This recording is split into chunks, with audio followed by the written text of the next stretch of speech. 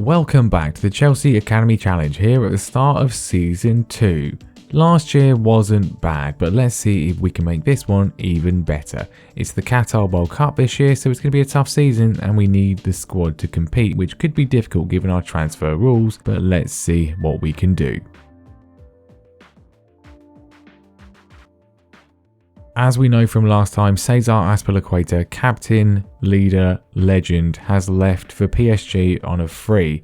Given Reece James' brilliance, he wasn't going to be playing much, so as sad as it is, I feel the time is right. Antonio Rudiger, who was phenomenal last year and I would have given anything to keep, joins Bayern Munich for free after of course refusing to sign a new contract. He will be missed. The same can't be said for Danny Drinkwater, whose absurd wages are finally shed from the bill, while Lewis Baker also finally gets to leave, and we finally sell deadwood like Michy Batshuayi, Kennedy, Matt Miazga and Baba Rahman. Saul's loan will also not be made permanent as he was, well, pretty bad. Jeremy Boga's return season didn't especially go well, so we'll loan him out to West Ham for this season to get a bit of game time. As left back concerns me longer term, I renew Emerson's contract before loaning him out to Napoli for the season. Conor Gallagher is certainly someone I want to keep around, but he needs to play regular football, so he goes on loan to Newcastle for the season down in the Championship. And we also let a number of fringe players go on loan or permanently. But there's one other big departure. I had no intention of selling Jorginho at the start of the summer in spite of his FA Cup final mistake,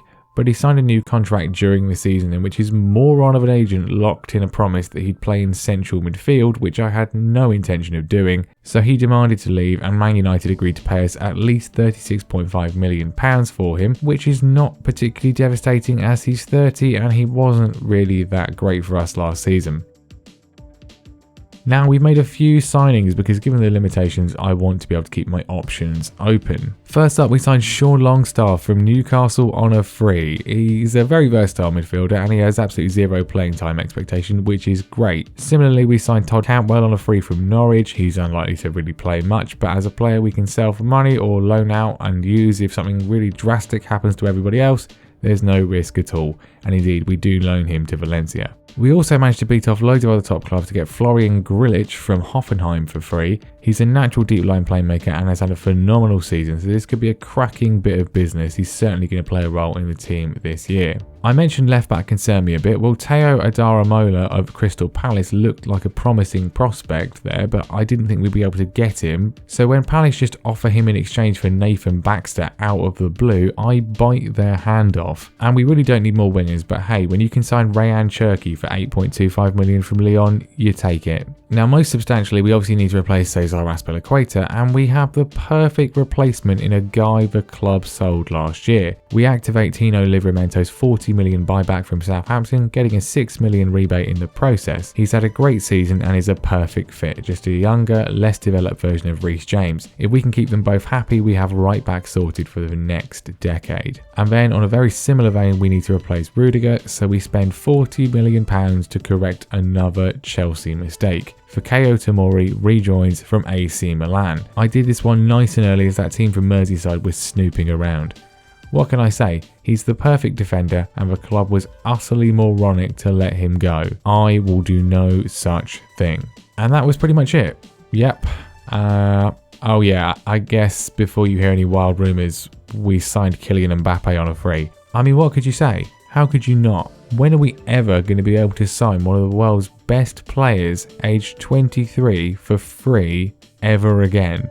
He even turned down Liverpool for us, and look at how much money he'll make the gift shop. And we're not exactly hard up anyway. Billy Gilmore and Ethan Ampadu have also come back from loans and will play a role in the first team this year. Not sure how much, but I didn't want to sell them or loan them out.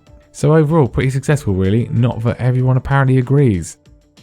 Now, I didn't want to acknowledge it because it's an absolute disgrace, but having won the Club World Cup last season, we were unfortunately subjected to it once again as FIFA's imbecilic new format for it began in June. Everyone was exhausted. It literally crossed the contract renewal date of July the 1st, which plays havoc for transfers, so I won't be giving it airtime beyond saying we reached the semi-finals before narrowly losing to Manchester City. It means the players get just 2 weeks off before the season starts with the Community Shield against Liverpool. With the new additions, this is my planned lineup. Tomori obviously replaces Rudiger, and then Mount and Kante shuffle back to accommodate Mbappe, although he's absent today because he's got a bruised shoulder.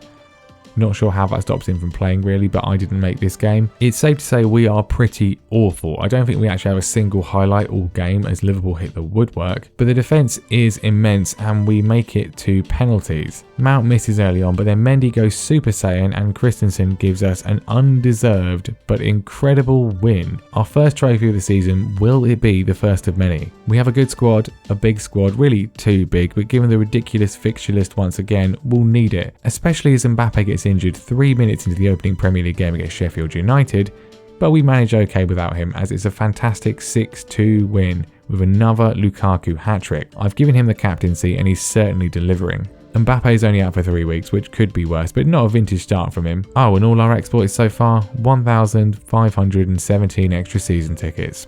Cool.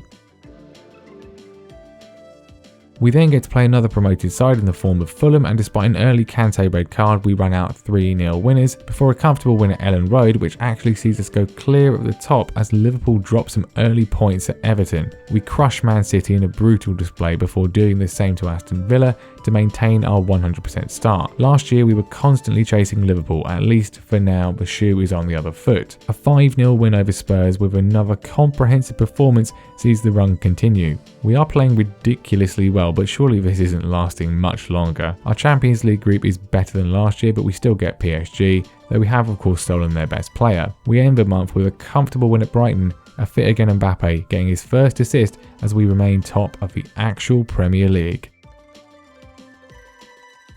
Given that we've won every game so far, I would have been concerned if we hadn't won August Manager of the Month, and we do. I fully rotate for the League Cup third round game against Arsenal, and tragically we lose.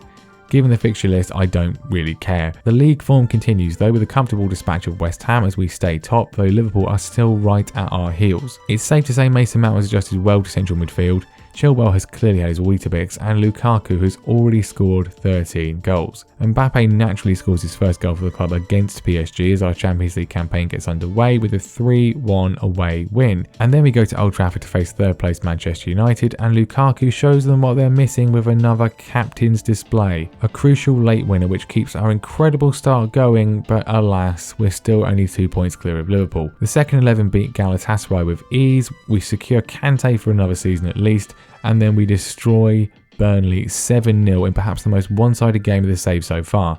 Lukaku getting another hat-trick and Mbappe picking up his first league goal too, and it wasn't a bad effort. Thankfully Liverpool then do drop points again, sadly rescuing one with a 95th minute equaliser, but still we move 5 points clear. And we cap the month off with 7 goals again as the rotated side demolishes Zenit St Petersburg, Werner helping himself to 4. I mean, I've had worse starts to a season.